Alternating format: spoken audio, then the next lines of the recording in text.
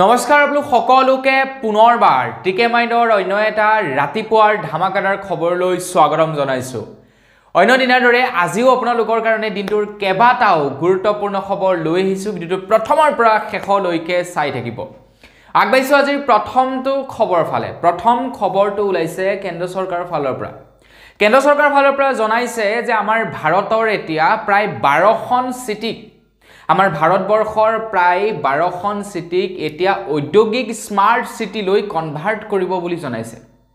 আৰু যাৰ বাবে নেকি ভাৰত চৰকাৰে প্ৰায় 28,000 কোটি টকাৰ ইনভেষ্ট কৰিব বুলি জনাইছে। যাৰ ফলত নেকি ঔদ্যোগিক ক্ষেত্ৰখনৰ উন্নতি হ'ব পাৰে বা কোনো বিজনেছমেনে যদি আমাৰ ভাৰতৰ কোনো এখন স্থানত যদি কিবা নতুন উদ্যোগ গঢ় লৈ উঠাব বিচাৰে বা কিবা ডাঙৰ এটা উদ্যোগ যদি গঢ় দিব বিচাৰে তো তেওঁলোকৰ যাতে সুবিধা হয় তো তাৰ কাৰণে প্ৰায় 28,000 কোটি টকা ইনভেষ্ট কৰিব বুলি জনাইছে আমাৰ ভাৰত চৰকাৰে। ভাৰতৰ প্ৰায় 12খন চিটিক ঔদ্যোগিক স্মাৰ্ট চিটি লৈ কনভাৰ্ট কৰিব। এতিয়া আমাৰ অসম, ৱেষ্ট বেংগল, মণিপুৰ এইবিলাক পৰা নাই।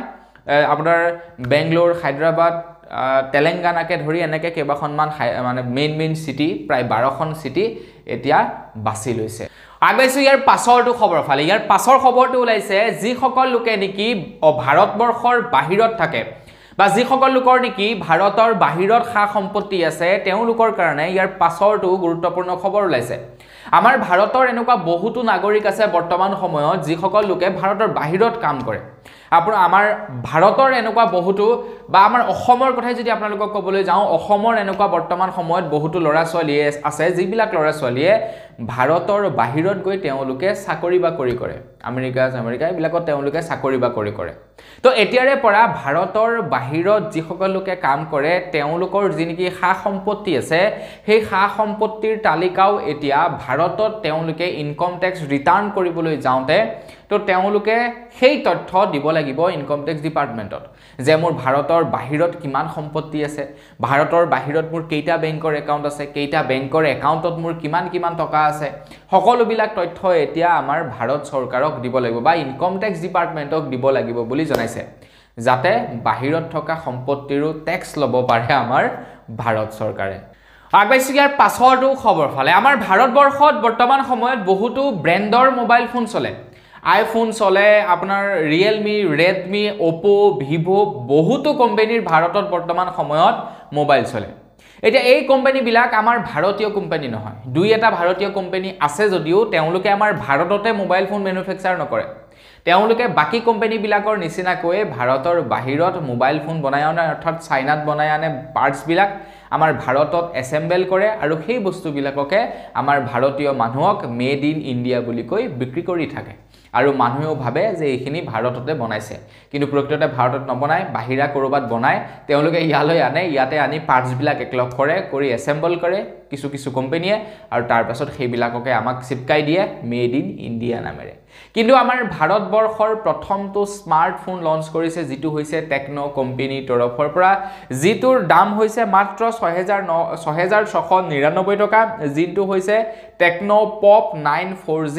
য'ত আপোনালোকে 5000 mAh বেটাৰী পাব আৰু মিডিয়াটেক হিলিঅ 650 আপোনালোকে প্ৰচেছৰ লাভ কৰিব বুলি জনাইছে। 4G মোবাইল হয়, আপোনালোকে কম দামত লাভ কৰিব, এটা ভাল দামত, আৰু কম দাম নহয় আৰু এটা ভাল ৰিজনেবল দামত লাভ কৰিব এটা ইণ্ডিয়ান স্মাৰ্টফোন আপোনালোকে, যিটো হ'ব 4G 5G নহয়, কিন্তু 7,000 টকাৰো দৰকাৰ নাই, 6,699 টকাত মানে 6,700 টকাত লাভ কৰিব 5000 mAh বেটাৰীৰ সৈতে। আগবাইছো ইয়াৰ পাছৰটো খবৰ ফালে। আপোনালোকেতো নিশ্চয় ফিল্ম চাবলৈ যায়। তো ফিল্ম চাবলৈ যাওঁতে আপোনালোকে ফিল্ম আৰম্ভ হোৱাৰ আগত এখন বগাকৈ চাৰ্টিফিকেট বাৰু দেখে নে নেদেখে, যিখনত লিখা থাকে এফালে ইউ আৰু এফালে এ বুলি লিখা থাকে। এই চাৰ্টিফিকেটখন বাৰু আপোনালোকে দেখা পায় নে নাপায় কমেণ্ট এটা কৰি জনাব। এতিয়া এই চাৰ্টিফিকেটবিলাকত কিছুমান থাকে 18+ বুলি লিখা, কিছুমানত থাকে 16+ বুলি লিখা, কিছুমানত 7+ বুলি লিখা থাকে, মানে ঢেৰ কেটেগৰী আছে। মানে 7+ বুলি লিখা যিখন চাৰ্টিফিকেট দেখিব সেইখনত মানে 7 বছৰৰ ওপৰৰ ল'ৰা ছোৱালীয়ে ফিল্মখন চাব পাৰে। য'ত নেকি আপোনালোকে 13+ দেখিব, মানে তাত 13 বছৰ ওপৰৰ ল'ৰা ছোৱালীবিলাকে ফিল্মখন চাব পাৰিব। য'ত নেকি 18+ বুলি লিখা থাকিব, মানে সেইখন কেৱল 18 বছৰ ওপৰৰ মানুহবিলাকেহে চাব পাৰিব। তো এনেকুৱা ধৰণৰ আজিকালি কি হয় সেই সাৰ্টিফিকেটখন দেখা পোৱা যায় বা আজিকালি বুলি নহয় আগৰ পৰা সেই সাৰ্টিফিকেটখন ঠিক তেনেকুৱা ধৰণৰ হয় কিন্তু এতিয়াৰে পৰা হেনো এক বিশেষ কেটেগৰী থাকিব বুলি জনাইছে যি কেটেগৰীত আপোনালোকে এইটো মানে গম পাব ফিল্মখনৰ সাৰ্টিফিকেটখন দেখাৰ লগে লগে যে এই ফিল্মখন সৰু ল'ৰা ছোৱালীয়ে চোৱা ফিল্ম নহয় যিখন ফিল্মৰ টিকেট সৰু ল'ৰা ছোৱালীক কেতিয়াও নিদিয়ে বুলি জনাইছে আগবাইছো ইয়াৰ পাছৰটো খবৰ ফালে ইয়াৰ পাছৰ খবৰটো ওলাইছে পান কাৰ্ডৰ লগত জড়িত এটা খুবেই গুৰুত্বপূৰ্ণ খবৰ আপোনালোকে বাৰু আপোনালোকৰ পান কাৰ্ডখন কিমান চনত বনাইছিলে আপোনালোকৰ মনত আছেনে আপোনালোকৰ পান কাৰ্ডখন চাওকচোন তাতে বাৰু এটা কিউআৰ কোড আছে নেকি নিশ্চয় নাই মোৰ পান কাৰ্ডখনো নাই কিয়নো মোৰ পান কাৰ্ডখন বনোৱা যথেষ্ট দিন হ'ল গতিকে আমি যেতিয়া বনাইছিলো তেতিয়া একো কিউআৰ কোডৰ কথা নাছিলে কিন্তু আজিকালি যিসকলে ইনকম টেক্স ডিপাৰ্টমেণ্টৰ অফিচিয়েল পৰ্টেলত গৈ ইনষ্টেন্ট পান কাৰ্ড বনায় তেওঁলোকৰ পান কাৰ্ডসমূহত এটা কিউআৰ কোড থাকে আৰু প্ৰায়বিলাক আজিকালি পান কাৰ্ডতে এটা কিউআৰ কোড দেখিবলৈ পোৱা যায় এতিয়া কথাটো হৈ গ'ল যে ইনকম টেক্স ডিপাৰ্টমেণ্টে কৈছে যে এতিয়াৰে পৰা সকলোবিলাক পান কাৰ্ডতে এটা কিউআৰ কোড থাকিব বুলি জনাইছে এতিয়া আপুনি যদি আগতে পান কাৰ্ডখন বনালে আপোনাৰ পান কাৰ্ডত যদি কিউআৰ কোড নাই তেন্তে আপোনাৰ পান কাৰ্ডখন কি হ'ব একো নহয় আপুনি আপোনাৰ পান কাৰ্ডখন ব্যৱহাৰ কৰিব পাৰিব যদি বিচাৰে আপুনি আপোনাৰ পান কাৰ্ডখনক আপডেট কৰিব পাৰিব হেইটোত কোনো কথা নাই আপোনালোকে কিউআৰ কোড যুক্ত পান কাৰ্ডলৈ আপডেট কৰিব পাৰিব একেটা নাম্বাৰে থাকিব একে নামেই থাকিব সকলোবিলাক একেই থাকিব কেৱল আপডেট হ'ব বাকি যদি আপোনালোকে নিবিচাৰে তেতে কোনো দৰকাৰ নাই আপোনালোকৰ পান কাৰ্ডখন আপডেট কৰাৰ কিন্তু যি সকলে নতুনকৈ পান কাৰ্ড এতিয়াৰ পৰা বনাব তেওঁলোকৰ পান কাৰ্ডত এটা কিউআৰ কোড আহিব বুলি কৈছে আগবাইছো ইয়াৰ পাছৰটো খবৰ ফালে এইবাৰ যি নেকি আইপিএলৰ মেগা নিলাম হয় তো মেগা নিলামত খবৰ ওলাইছে যে এইবাৰ এজন আটাইতকৈ কনিষ্ঠ সৰ্বকনিষ্ঠ এজন 13 বছৰীয়া ল'ৰাক ৰাজস্থান ৰয়েলছে ক্ৰয় কৰে বুলি জনাইছে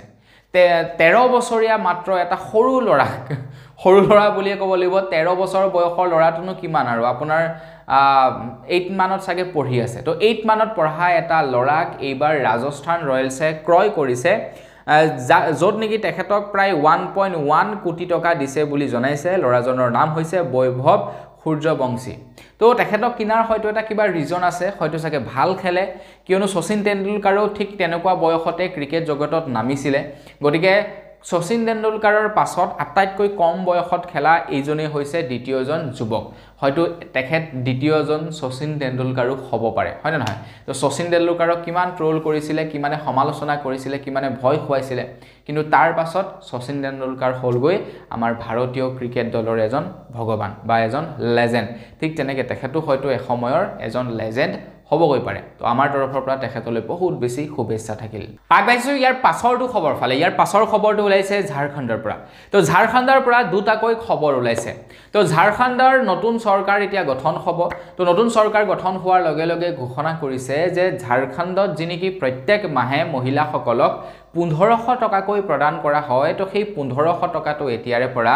2500 টকা কৰিব বুলি জনাইছে মানে আমাৰ অসমত যেনেকৈ নেকি অৰুণোদয় আঁচনিৰ পইচা বিতৰণ কৰে প্ৰত্যেক মাহে 1250 টকাকৈ ঠিক তেনেকৈ ঝাৰখণ্ডতো প্ৰত্যেক মাহে 1500 টকাকৈ মহিলাবিলাকক প্ৰদান কৰে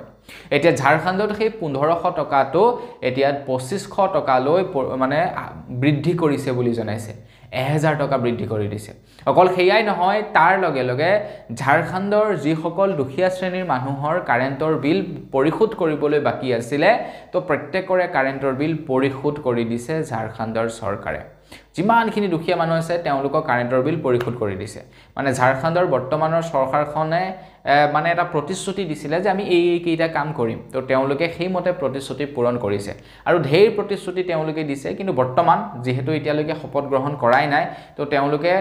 জিকাৰ পাছতে এই কেইটা মানে প্ৰতিশ্ৰুতি পূৰণ কৰাৰ দিশে আগবাঢ়িছে আৰু পাছৰ খবৰটো ওলাইছে আকৌ পলিটিক্সৰ লগত জড়িত এটা খুবেই গুৰুত্বপূৰ্ণ খবৰ আপুনি বাৰু পলিটিক্সত কিমান ইন্টাৰেষ্টেড কমেন্ট এটা কৰি জনাব মোৰ পলিটিক্সত একেবাৰে ইন্টাৰেষ্ট নাই বুলি কলো বেয়া নহয় মই পলিটিক্স বস্তুটো খুবেই বেয়া পাওঁ তো আপোনালোকে পলিটিক্স বস্তুটো কিমান ভাল পায় কমেন্ট এটা কৰি জনাব আমাৰ ইফালে দেখো বহুতো সৰু সৰু লৰাই আজিকালি পলিটিক্সত নামিছে তেওঁলোকতকে হয়তো আমাৰেই যথেষ্ট পৰিমাণৰ জ্ঞান আছে কিন্তু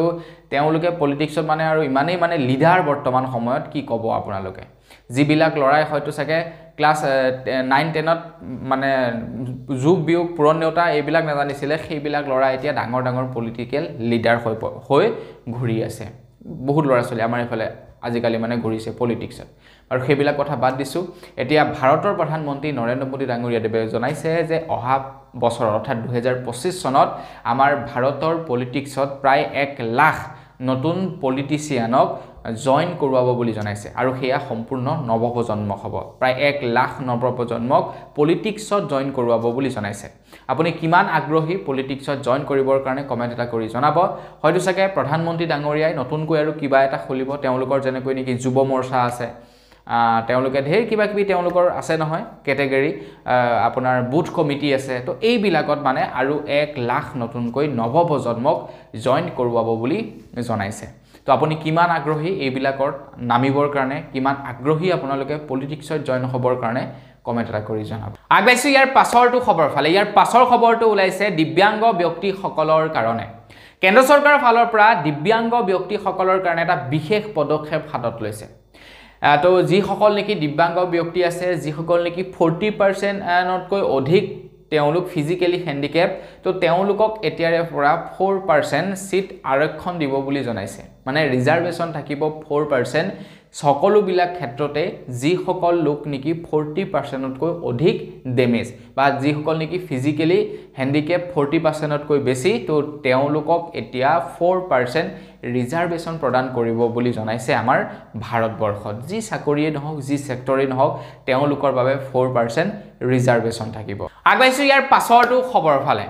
আপোনালোকে বাৰু কেতিয়াবা আমাৰ ভাৰতীয় বিভিন্ন টোল ফ্ৰী নম্বৰত কল কৰি কিবা নহয় কিবা কমপ্লেইন দি পাইছে না নাই পোৱা কমেন্ট এটা কৰি জনাব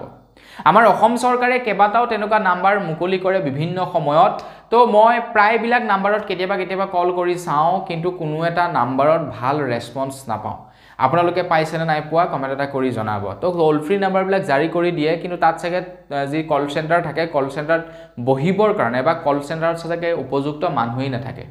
তো সেই নাম্বাৰ বিলাক চাগে কাৰোবাক বিতৰণ কৰি থাকে যে আহিলে আৰু ফোনটো ৰিসিভ কৰিবি তেনেকুৱা কিবা হ'ব পাৰে যাৰ কাৰণে নেকি ভাল একো মানে পোৱা না যায় এবাৰ মই কল কৰিছিলো সাইবাৰ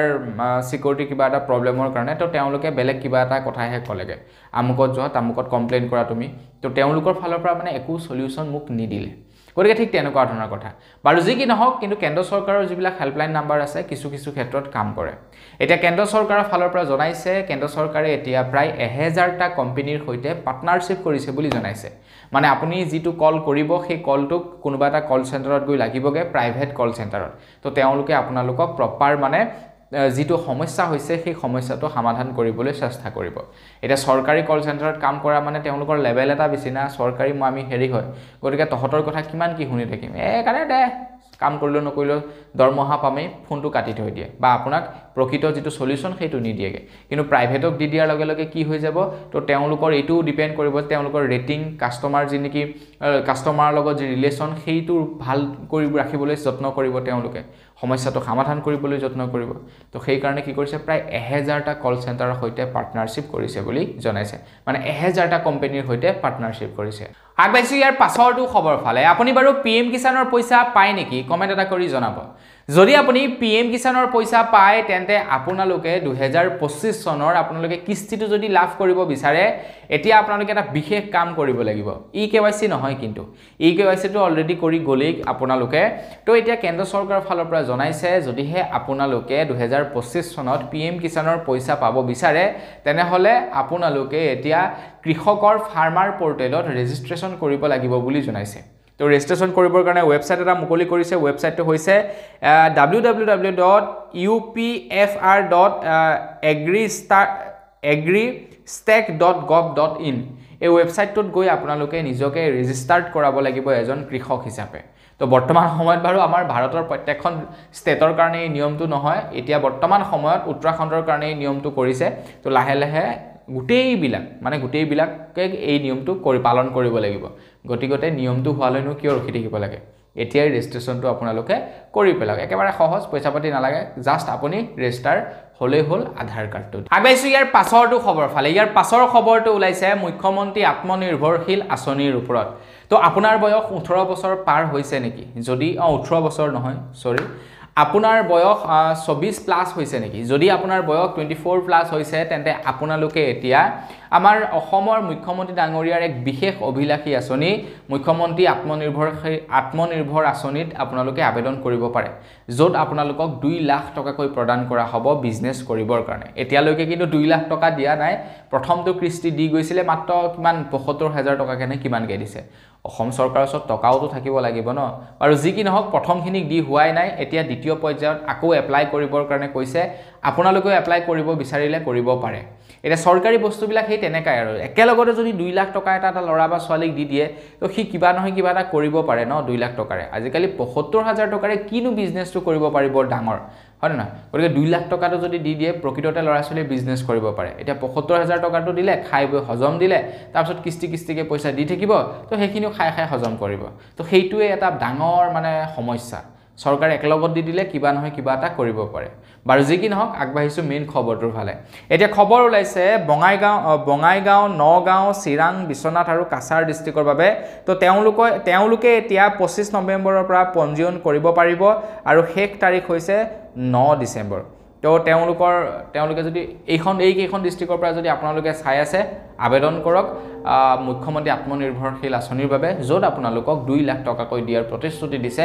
অসমৰ মুখ্যমন্ত্ৰী ডক্টৰ হিমন্ত বিশ্ব শৰ্মাদেৱে আবেদন কৰিলে কিন্তু নাপায় আবেদন কৰিব লাগিব তাৰ পাছত আপোনালোকক এটা ইন্টাৰভিউ লৈ মাতিব ইন্টাৰভিউ যাব লাগিব ইন্টাৰভিউ দিব লাগিব যদি এপ্ৰুভ হয় আপোনালোকে পইচা পাব যদি নহয় তেনেহলে পইচা নাপাব গতিকে চান্স কিমান আছে যদি আপোনাৰ দীঘল মানে আপোনালোকে যদি অলপ ঘুৰি মেলি থাকে সকলোবিলাক কথা বতৰা যদি জানে পলিটিক্সৰ লগত ঘুৰি মেলি যদি থাকে তেনেহলে আপোনালোকে পোৱাৰ চান্সেছটো যথেষ্ট পৰিমাণৰ আছে আগবাইছো ইয়াৰ পাছৰটো খবৰ ফালে 2025 চনত আপোনালোকৰ ঘৰৰ কোনোবাই মেট্ৰিক পৰীক্ষা দিব নেকি বাৰু কমেন্ট এটা কৰি জনাব যদি আপোনালোকৰ ঘৰৰ কোনোবাই 2025 চনৰ মেট্ৰিকৰ পৰীক্ষা দিব তেওঁলোকৰ কাৰণে ইতিমধ্যে প্ৰগ্ৰাম দি দিছে আমাৰ অসমৰ শিক্ষা বৰ্ডৰ তৰফৰ পৰা তো আপোনালোকক স্ক্ৰিনত মই দি দিছো 15 তাৰিখৰ পৰা পৰীক্ষা আৰম্ভ হ'ব 15 তাৰিখৰ দিনাখন প্ৰথমেই ইংলিশ আছে মানে ইংলিশ সাবজেক্টটো প্ৰথমতেই লৰাছলিয়ে ভয় কৰেতো তো প্ৰথম দিনাখনেই ইংলিশ সাবজেক্টটো দি দিছে যাতে পাছলৈ আৰু ভয় নাথাকে যে মোৰ ইংলিশ সাবজেক্ট আছে নেকি বুলি তাৰ পাছৰ দিনাখন আসামিজ আছে তাৰ পাছৰ দিনাখন জেনাৰেল মেথছ তো এনেকৈ পৰ্যায়ক্ৰমে গৈ থাকিব স্ক্ৰিনত মই আপোনালোকক দি দিছো গোটেই ৰুটিনখন আপোনালোকে ৰখাই লৈ ভিডিওটো স্ক্ৰিনশ্বট মাৰি আপোনালোকৰ ঘৰৰ কোনোবাই যদি পৰীক্ষা দিব লগা আছে তো তেওঁলোকক ৰুটিনখন দি দিব আগবাইছো ইয়াৰ পাছৰটো খবৰ ফালে ইয়াৰ পাছৰ খবৰটো ওলাইছে সুকুৰালিৰ ওপৰত সুকুৰালিয়ে খুলিলে এখন তেখেতৰ নিজা হোটেল যিখন হোটেলৰ নাম তেখেতে ৰাখিছে টি টাইম উইথ সুকুৰ যিখন হোটেলত আপোনালোকে লাভ কৰিব চাহ ৰুটি পুৰি বিৰিয়ানী এইবিলাক আপোনালোকে লাভ কৰিব বুলি জনাইছে যিখন নেকি গুৱাহাটী মহানগৰীত খুলিছে সুকুৰালিয়ে কৈছে ৰাজনীতিবিদসকলে বিশেষভাৱে মানে ডিসকাউন্ট লাভ কৰিব বুলি জনাইছে যিবিলাক নেকি পলিটিচিয়ান আছে পলিটিচিয়ান সকলে সুকুৰালিৰ দোকানত মানে স্পেশাল ডিসকাউন্ট লাভ কৰিব তো গুৱাহাটী মহানগৰীত খুলিছে যদি আপুনি গুৱাহাটী মহানগৰীলৈ কেতিয়াবা যায় সুকুৰালিৰ হোটেলখন বিচাৰিব